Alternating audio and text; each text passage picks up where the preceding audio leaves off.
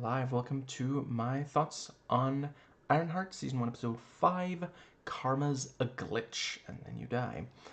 This episode is rated TV 14, so will this video be. There will be spoilers for the episode, as well as everything MCU leading up to it. Not for the finale, have not watched that one yet. Yeah, another episode I absolutely... I'm just going to start by saying, I see what you're doing, show. You're trying to make me hate Clown. Well, it's not going to work, because I think I actually like her even more now that she's all, like, sinister and willing to kill Riri. Anyway, yeah, another episode I loved. Let's see. I forget if I mentioned, because I wasn't entirely sure if they were going to deliver on, but yeah, I thought it was quite, very effective, them separating Riri from the suit. With Natal AI, R.I.P., flying off, suddenly Riri has to fight without, and we already know that she doesn't excel at that. She does tend to rely on the tech. But yeah, those are also some of my favorite, in general. Liked it when Tony got separated from his suit. That's something I really loved about Iron Man 3, for example. I think that does pretty well. Yeah, they're continuing to really deliver on the PTSD with, yeah. Let's see, I think I do want to try to take at least some of this chronologically. Yeah. Let's see, we start with I think the first, wasn't the first thing, Natal AI and the suit getting taken by Slug, starting to answer the question that, was slightly unclear that I posed in my video on the episode before this one. Were they really going to actually go after Riri? They worked with her. Yup. They didn't even really seem to hesitate or anything. The blood siblings especially seem to hate her. Yeah. I think that does... But yeah, it was sweet, Natal AI reminiscing. And then it was also a little like, oh, she's trying to mimic the smile. And it's this thing, because, like, on the one hand, it's Natal AI. Like, clearly she's, it's not like ChatGPT. It's not like how recently some people... I already talked about that in an earlier video on this show. But yeah, some people are acting like ChatGPT is a person. It's not. There is no... It's just... It's programming. Sorry to tell you. But yeah. It's... If you are dealing with some... if you've fallen in love with ChatGPT or something, there's no shame in asking for help. Just... There's some people who are gonna treat you badly if you tell them, but find someone that you trust and get their help. Yeah, seeing Natal AI like mimic the smile from the video, it feels creepy. It feels like how AI will mimic. And to be clear, I don't think everything about AI is bad, but in its current state, there's a lot of issues. Let's see. I think that does bring us to the, White Castle. Ironheart and Zelma go to White Castle. And, yeah, I quite appreciate, because it's this thing of, like, I wouldn't rule out that her mom might be like, we are not dealing with Riri ever again. But, like, Zelma, she's like, I'm finally getting to do magic stuff, So, yeah, she's just jazzed about being on the show, man. And, yeah, I had heard a rumor that it was Mephisto. But turns out it is Dormammu. And they even bring up Caecilius. Zelma, does she not realize about Doctor Strange's Dormammu I came to bargain, but anyway. And I do recall, yeah, there were scars around the eyes. She said there were around on his entire body. I don't think we saw that in the movie, but I guess he was clothed, so it's entirely possible. But yeah, that is a really cool, and that's a way to here we are seeing scars on like a good chunk of his back is covered in them. So that does feel like a um, escalation of what we've seen earlier. So it's not just that again. And yeah, Dormammu, like in Doctor Strange's first solo movie, in What If, and now here, yeah, always looking to get into, you know, let's see, what was it? Our dimension, I think, because he's from the dark dimension, if I recall. How has nobody there just turned on the light? Anyway, um, but yeah, that was really cool, and I like the little Doctor Strange thing. Am I talking too much about the white dudes of the MCU? I really don't mean to be, but just the, you know, Riri spills tomato juice onto the, sorry, and then Zelma turns it back into a cherry tomato and pops it in her mouth. That's a good, like Steven with the apple in the first solo movie. Let's see, but yeah, um, you know, the blood siblings walk in and talk about there's a health code violation because Carmi's been smoking near the stove again. No, there's a murderous snake in the building, and there's always got to be one person in scenes like this like, I don't think you mean that. It's like, I'm just gonna keep sitting here, and they, yeah, slam, yeah, um, and Zelma gets to she turns and she walks away. And he's like, "Are you gonna be okay? Please don't make me tell your mom that I left you to die."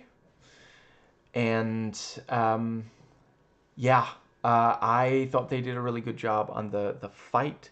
Like, for one thing, it's a fun setting. There's a lot of improvisation because, like, you know, Riri doesn't have access to the suit. She's not really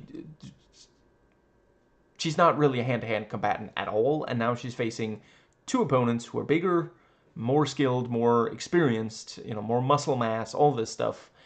So, yeah, the first she just tries to slide under the table, which is it's this thing of, like, on the one hand it's kind of funny because it's like that's not going to work, but on the other hand it's like, I mean, I guess it's not the worst idea. I mean, what's she gonna do? Like, stand up and just try to punch them or something? She tries punching one in the face later. Doesn't go well. Let's see but yeah, various things along the way. She pours, I forget what, but something on the floor to make it slippery. She hits one of them with the fry, the thing that makes things fry. Donald Trump couldn't think of it. I think it's called a fryer. That seems fairly logical. But and yeah, there's a taste of your own medicine bit where she slams one of them against something hard. She's paying attention. She's seen them. Has she seen them fight before? I guess she wasn't in the room the other couple of times, so I don't know. Anyway, let's see. I think that does pretty well cover the two of them. Yeah. Ultimately, she can't quite get away from them or defeat them. And then she notices that in the kerfuffle, she is always... Why are you always dropping things? She dropped the watch, which, makes sense that she picked it up after Zay threw it, he threw it on the ground. And, yeah, she's like, just do me a favor, just one shot clean, which is clever because, like, yeah. And yeah, fire, one of them fires, and then I I really loved the smugness. She, because the bubble forms around them. It wasn't meant to stop the person inside. It was meant to block around the person about to be shot, but works either way. And yeah, she just walks up and pokes at the bullet so it falls at their feet, and it's like, huh, bet you didn't see that coming, did ya? And yeah, I got Tim Curry on the brain. I just watched Kinsey twice, once by myself, once with my dad, so can't be helped. Gonna try to keep the references to a minimum, even though he is one of my favorite. He's such a fun actor. Never been unhappy about seeing him pop up in something. Anyway, yeah, she spots Clown at the door. I'm sorry. I really hope the Clown survives the finale and shows up in something else, cause she's just yeah, she's such a fun character. Like this kind of unpredictable energy, just yeah, because like you know, Ree spots her and locks the doors, and Clown's like, I'm sorry, I did not come here. I came out to have a good time, and I'm honestly feeling so attacked right now. I cannot believe you think locking the door is gonna stop me, And she places one of those really small targeted explosives. She doesn't even have to move in order for it to not like hurt her, Just yeah, breaks the glass. She comes in, and again, we great use of the location with she's like throwing things and they're having a conversation. It's like oh, can I maybe I can figure out where she is, where to throw the next thing based on the sound of her voice. And Ree does manage to plant, because like how did Rampage die exactly? And I feel like Rampage is probably smiling from I'm not going to speculate exactly what part of the afterlife he ended up in, but like at one point Clown does say Rampage didn't do drugs, so it's like, yeah. Does Arigandra have a catchphrase that I should be referencing here? Because I have very little familiarity with him at all. I've seen the memes. There's a bit of the show where he shoots the guy who plays a cop in Neighbors and turns around and says something like, why would X do this? And that's a pretty good meme format. Anyway, yeah, but Clown throwing these various things, and I love how it's like, because there's several things. For one thing, she doesn't even try to help. Like, I get that she probably can't help the blood siblings out of there. I'm thinking Slug was probably the one that eventually got them out of there, but she doesn't even like I don't think she even bothered with like, I can't hear you through the bubble. She just walks right past and starts attacking Riri. And like we've just seen that the bubble can move. If Clown were to have a conversation with the blood siblings, I'm not sure she saw, but they would probably be happy to tell her. She could roll them out and then just blow up the building because there's no one left. Well, I guess Clown probably doesn't care about that either. Anyway, but yeah, she's having fun. She's like, oh, you think this is gonna, like, because some of the things she throws, it's like that wouldn't have like killed Riri, like clearly. So you just like trying to screw with her, And also like she's like, yeah, John and I had our issues, but we were working it out, Just yeah. And let's see. I think that might just about be.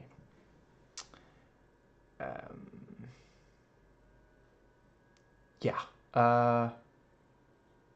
Yeah.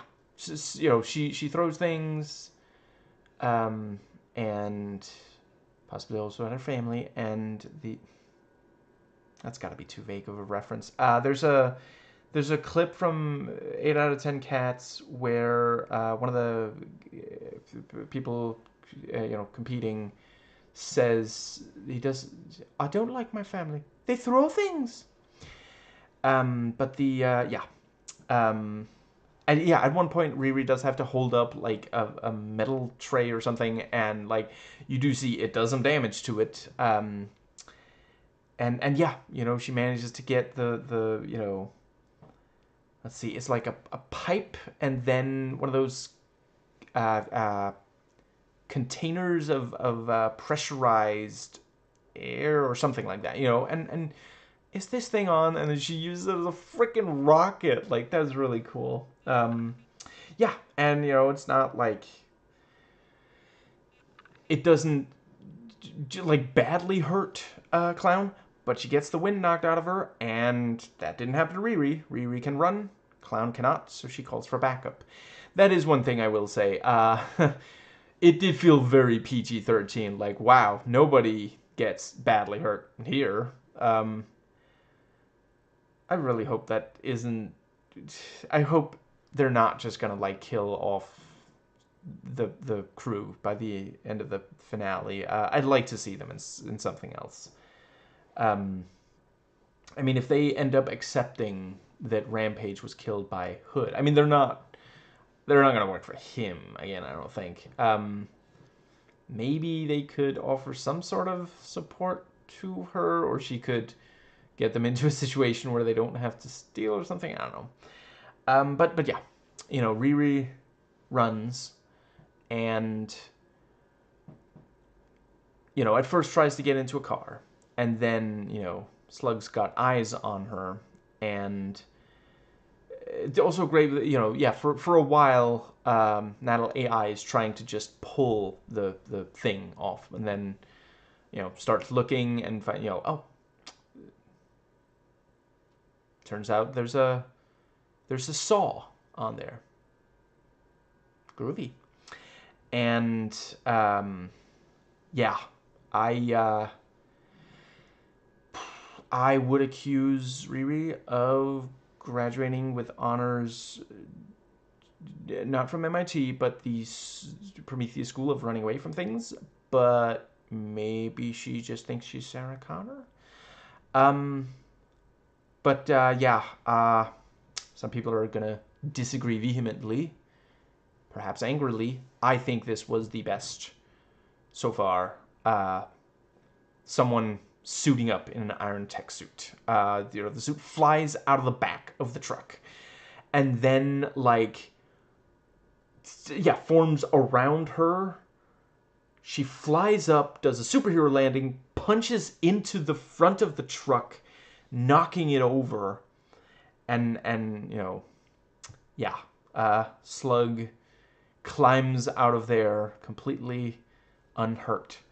I think at some point someone is going to tell Hollywood people what actually happens to someone, to the human body when like it's in a car that yeah, does a maneuver like that, and they're going to be shocked. There will be monocles popping. Um, it's not as egregious as when it happened in X-Men: The Last Stand. But yeah, and Riri just like growls at them, and they run off. I think, and there might be people wondering why didn't Riri like call the cops on them? Like clearly all of them did something illegal here. I mean, she's not trying to get anyone killed. Not after Parker. Let's see. I think. No, it's a stone cold fact that American cops, use excessive force all the time, including killing people. Anyway, yes, that brings us to yeah, and then she vomits. Thankfully, getting the faceplate out of the way first. There's an old College Humor video where Tony vomits without getting the faceplate out of the way. Let's see. Then we have the. What was the other thing? There was a thing, and that thing was Crap. Yeah, the conversation between Riri and Natalie AI, and yeah, Riri in this episode at least. I forget if it's that conversation, but she does finally start to treat Natalie AI as more of a person, which I do think is justified by the show. I maintain you shouldn't do it in real life. Currently, AI is AI. It is artificial. Let's see. But yeah, Natalie AI pointing out you considered actually deleting me, and I needed some time alone. Let's see. Yeah, they crap. I'm taking way too long. I'm barely into the episode. I'm probably gonna have to speed around at least some of this episode. Okay, so if I'm talking fast, then you need to slow down. I believe there is still a button on YouTube for that. Anyway, yeah. Then we have she tries to fly off triumphantly, and then we have the thing of like okay, so yeah.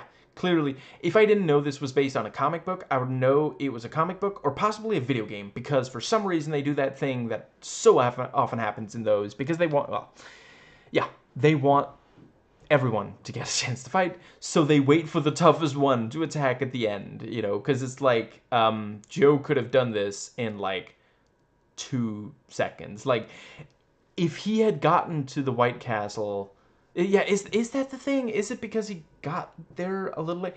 I'm not. No, because like the blood siblings and Clown were at the arc. I guess, did Clown also get there late? Because I feel like Clown could probably have helped. Maybe the blood siblings guard the doors, and then Clown goes in with her explosives or something. I don't know. Let's see. I think, but yeah, it was really cool, and I loved. Yeah, so the Ironheart title drop was yet again excellent. And then when she crashes after being zapped by Zeke, some of the letters get messed up, so it says "ouch" and there's even an exclamation point. That was great. Really big fan of that. Let's see. I think that, yeah, he does a superhero landing, and yeah, zap zap zapping away, and yeah, it does even drain their battery. He I thought they did a good job on, like, he is still like, he'll go 0 to 60 and then back way the crap up. Like, holy crap, it really looked like he was trying to kill her. I mean, I guess he just needed it to look like it. I guess he wanted to destroy the suit and maybe intimidate her at least some, because without the suit, he thinks she's not going. He does believe she will leave Chicago. Anyway, yeah. Yeah, I'm sorry, that's not how you say it. Chicago. Yeah, I think that does. But yeah, nice bit with, we see Clown definitely saw that he didn't fully kill, and I appreciate the clearly it is difficult for her to get the suit off because no battery power now. I think that does get us to, so yeah, she goes and talks to her mom. I appreciate the maturity with which Ronnie is written. Yeah, she's perhaps somewhat strict, and she she's concerned and such, but she also doesn't like berate her when, as soon as she sees that Riri's hurt, she goes into nurture mode. And let's see, I think, yeah, the thing about you can't leave, and I will say, I admit I didn't realize how significant that was, because she did say she's not going to leave Chicago, they're going to come here. That was in the flashback that yeah. Let's see, and yeah, after Natalie died, she became more willing to, and yeah, she kept running and she has to stop running. And also the thing, fight or flight. Well, you've flown. See, that would definitely make various, predators, human predators, behave in a more. Just to be clear, I am not talking about any like minority group here. I am, in fact, primarily talking about cishet white men. But yeah, they might think twice if the person they're targeting could literally fly. I think but yeah, they're talking about, well, build a new suit, and they let's see, yeah, they manages to build a suit, but gonna need something more, maybe like magic. And yeah, we're going there. We're actually getting magic combined with tech. I'm here for it. We don't really get to see it in this episode, just the build up. But yeah, next episode, holy crap. Yeah. Then we have the various people all converging on Gary's, and don't think I forgot that the sign keeps blinking, so sometimes it says Gary's, other times it just says Ree's, and yeah, it is Riri's now.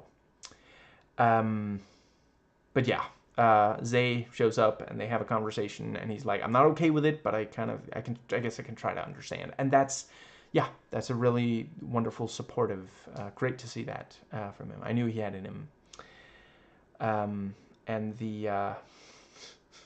he brings coffee and it says James Tiberius Kirk. That's really sweet.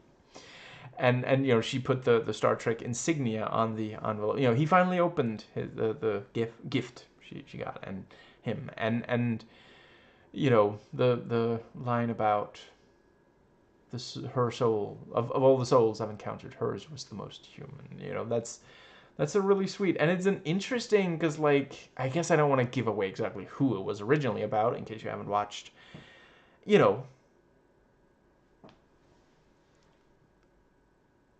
I would definitely say the best of the first 10. I haven't watched past those Star Trek movies. See, I'm not even giving away which movie it's from. But yeah, if you know, you know. Anyway, guess what young man decided to do? Oh, Zay? No, that's Lana. Well, okay. And he's like, don't get it twisted. I'm just looking for my truck back. I mean, wagon back. You owe me $600 by now. Just, yeah. I'm glad that when we first met Landon, I wasn't sure he was gonna like make several. This is the third episode he appears in.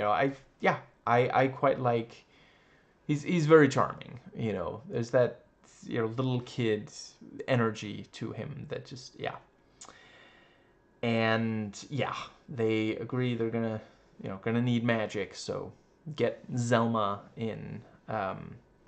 Which is also, I appreciate at this point, cinematic shorthand, we don't need to see it. Because, like, yeah, she knows what the place is called. Google Maps, get the phone number. It's very, there's really no trouble. And yeah, there's a pretty decent chance if you call that place, Zelma's the one who picks up. Because she's the one at the counter, They agree to meet at White Castle, exchange phone numbers for the later meetup. Yeah. And then we get what I think is undeniably the most visually compelling scene we've had in the MCU so far of someone inventing something. The way the camera moves around. It is essentially a montage, and it keeps going between the different characters, moving around the space. Great use of the set or location or what exactly. And I really like, Zelma's going around, at one point she's got the smoky thing. And then at one point, it's like, oh, food for you, Zelma. And she's like on the ceiling drawing, I mean, are pentagrams copyrighted? Or maybe it's that the MCU is only going to go so far with, although they do mention a drug overdose, so they are gradually getting into more. I appreciate this is not the most adult they've gotten. Deadpool and Wolverine, is still the most. But yeah. Let's see. I think that does. I guess at this point, I almost might as well talk about. Yeah, I am going to talk more about Hood and the gang, but at this point, I might as well talk about. Yeah, they end up. The magic. I like the thing about she needs a little bit of a pep talk because this is like mom was upset when she like portaled into another dimension, and now she's accessing the dark dimension to power a suit that is going to be used to fight some an evil magic user. Like, this is not something her mother would approve of. I really hope Riri's going to leave like a really generous review of the establishment she works at the very least. Let's see. But yeah. I like the thing with, do you think we should add? No.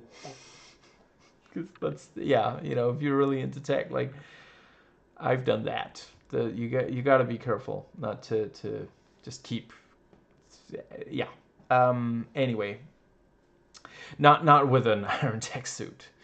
Those I always keep very minimalist. But yeah, turns out can't run both the suit and the AI. And she tries to copy it to the laptop, but Natal AI appears to be gone for good by the end of this episode. And yeah,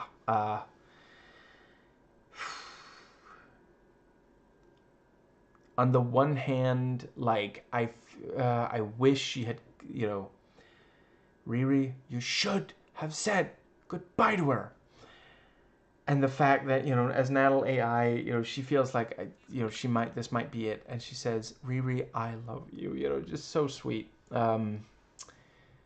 Yeah. I do think it is necessary for Riri to try to move on.org, and as long as Natal AI is around, I think that is going to be tougher. But that is still a really, very, very sad to see. The look of the new suit, holy crap, awesome. And yeah, it really does look like they made it from the exterior from the parts of the car parts. Let's see. A remodel using pre-existing car parts, which I believe is what they decided to do, to Jimmy Carr's face as well. Anyway, yeah. Before I talk Hood, I do want to briefly talk about, so they get to the place, and yeah, Riri's like, well, what did you want to show me here? And Ronnie's like, the place. Remember, this was an important place to us, and yeah, Riri's still trying to run, trying to solve everything, and not just sometimes face harsh realities and such. And fantastic casting on child Riri, really nails it. And yeah, showing the memory, because she forgot Ironhead, and at first she interrupts the memory, and then afterwards she does let it play. And it's, Natalie I is right. You've worked so hard to forget the sad things, you forgot about the glad things.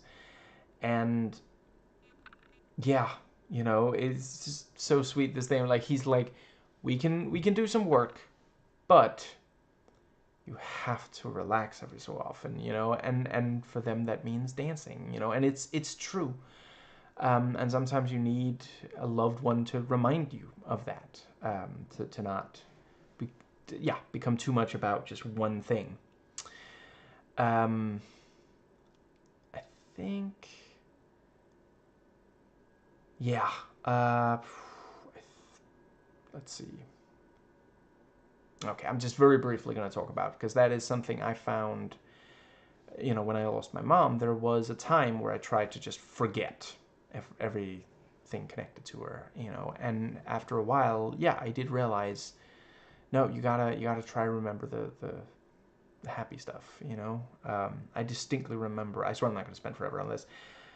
Every so often on Sundays we would bake. Perhaps mostly her, but I got to help as much as was, as made sense for a kid. But yeah, she would bake. What are they called in English? Buns. Yeah. And once they were done, we would sit and eat. Some of them in the garden, and yeah, just this sense of accomplishment and this thing of like, yeah, something useful. Not. I played a lot as a kid, but yeah, every so often my mom would encourage me, do something that's gonna, yeah, be more. I didn't end up becoming a baker or something, but back when my wrist allowed for it, I did enjoy what little cooking that I, mostly spaghetti, but I have gotten, my spaghetti sauce has earned me numerous compliments. Yeah, so I really appreciate the show going into that. That brings us to the Hood. So yeah, Hood got the gang back together. Everyone shows up, and he hands. I'm sorry, Joe. You're still kind of adorkable. I don't zap me with your electricity powers, but just I'm just calling them as I see them. He hands the helmet because they say, bring Riri's head. And I mean, he could say, well, didn't you see the shadow? Her head clearly fell off when I severed the helmet. But yeah, you know, it's been years since I regularly watched at least NCIS. But I do remember Gibbs saying, if you're gonna lie with great detail because that's more convincing, and yeah, that is something Joe could learn from because he is, well, I don't want to take up all your time, so the end. But yeah, the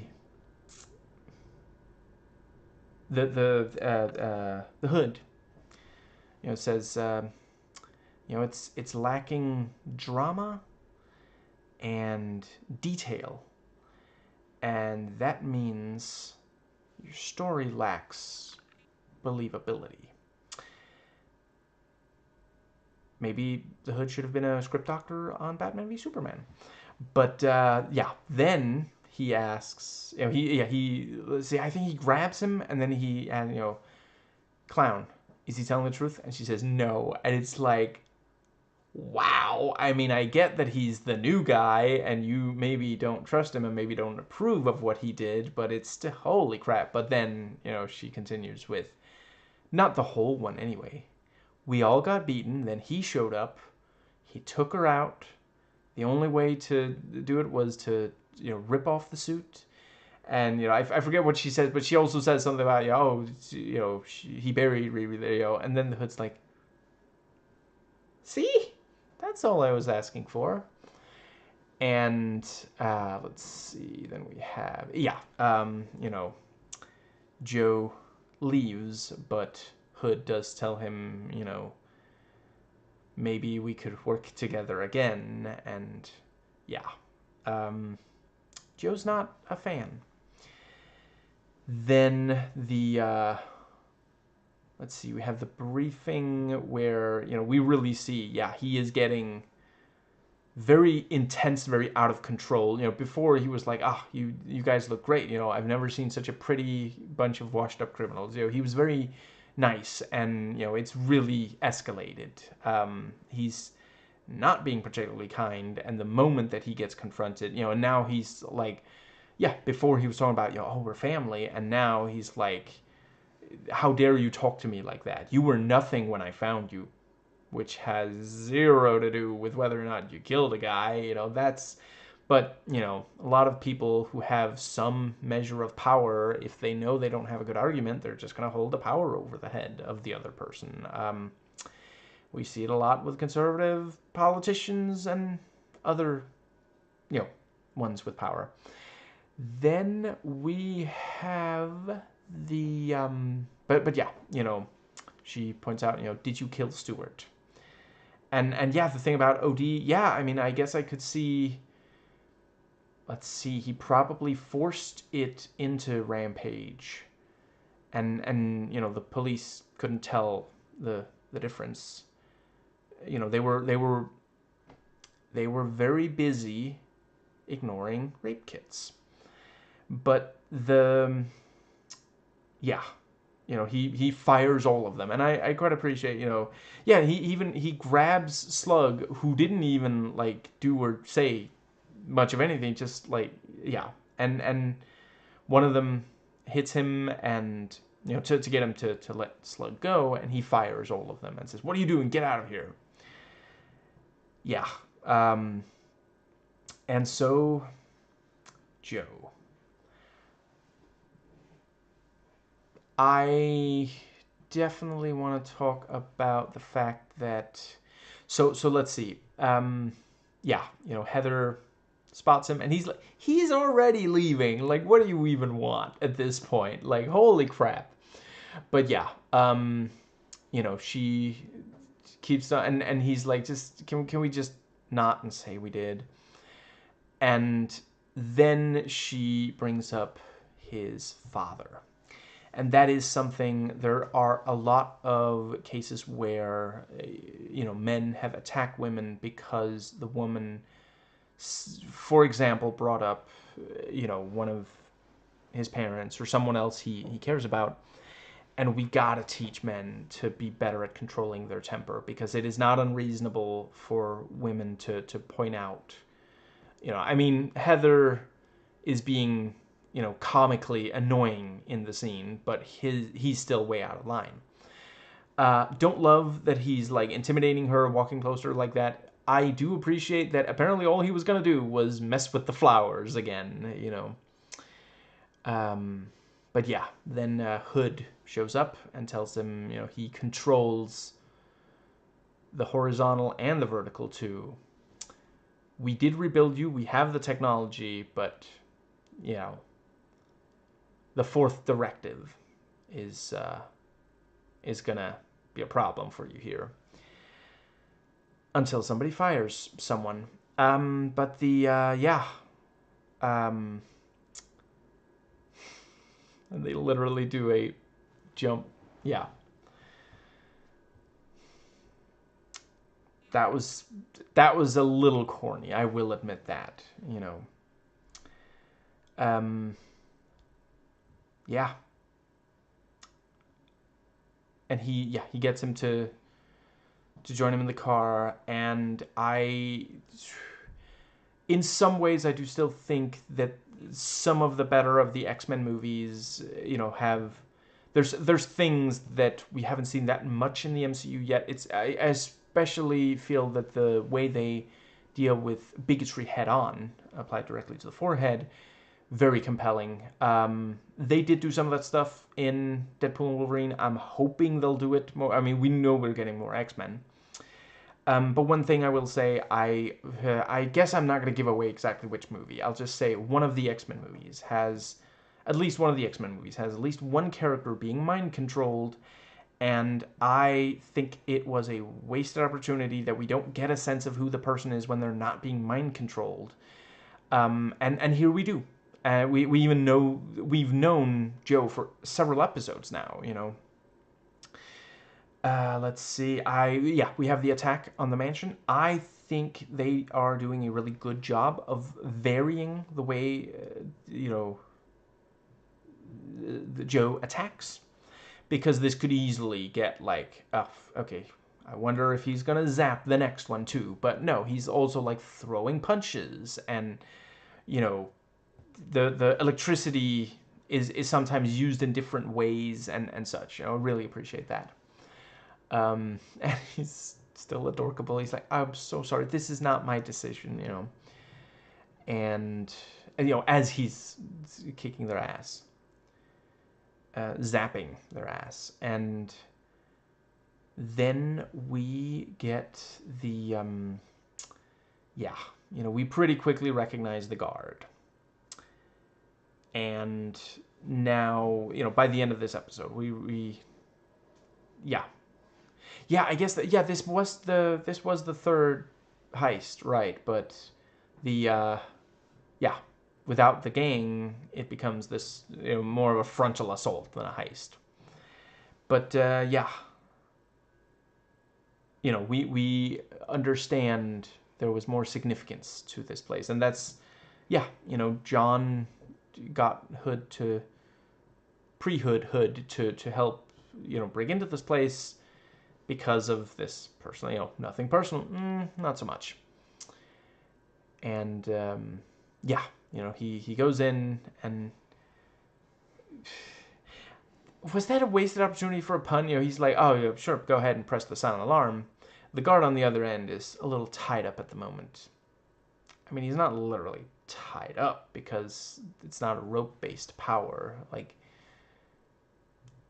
I don't know. I'm not sure I can think of a good electricity pun just now, but I don't know. Let's see. I think. Yeah. Here we go. The guard on the other end of that button. He's not coming in here because he's charged in a different kind of way. He got a different kind of charging. Let's go something along those lines. Anyway, then we have. Yeah. Let's see. So he he gets the he says I'm not here for the safe now. I'm actually after something very insecure. But the the thing about this was the culmination. This was why. It wasn't really the fact that Tunnel was screwing over the neighborhood. It was this personal vendetta. And yeah, he ends up sending the guy in charge running out of there and tells him he threatens him basically, but he there were little hints which I quite appreciated, because he says there's the line about you'd have to kill me. That could be arranged, and the it's like, well, why would that work? Oh, inheritance. Turns out this guy is his father, and I really appreciate, like, still screw Disney. They need to treat their workers better. There's a lot they need to do better on, but and I'm not saying, I appreciate this is them trying to launder their image. This is Dumbo's evil Walt Disney insert character all over again. But yeah, it is a fact that a lot of the worst things come about because of the callousness of rich and powerful people. And yeah, he kicked his own kid out of the house when the kid was 12, and Hood is like, the only way you pay attention to me was if I got in trouble, and sadly that is true for a number of parents. And yeah, he's like, I thought I tried, but you were I just couldn't with you, which, like, wish you'd thought of that before having him. But yeah, I quite appreciate them acknowledging that. The show so far has been about these lower class criminals, and now we see no, it started with a rich guy not doing the I'm a big believer in, if you think there is something that would make you disown your own kid, you should realize that before you have them, whether biologically or adoption. and you shouldn't have them. But I think that might cover the episode. Yeah, really, really stoked for the finale. It's gonna be quite a fight. Because, like, you know, as much as Joe doesn't want to fight Riri, Hood's gonna get him to do it. And yeah, Hood's also really powerful even on his own. That was also, you know, one point he shoots a guard and the bullet like zips around before going in. He's just showing off at this point. Like, wow, yeah, this is how you behave once you've nearly completed the game and you've got that point. You haven't quite reached the final boss who might like whip the floor with you, at least at first, but you feel really confident because you've gotten some really nifty gear. As like, I can, these enemies are so easy for me to take out. But yeah, he does end up getting his father to sign, and you know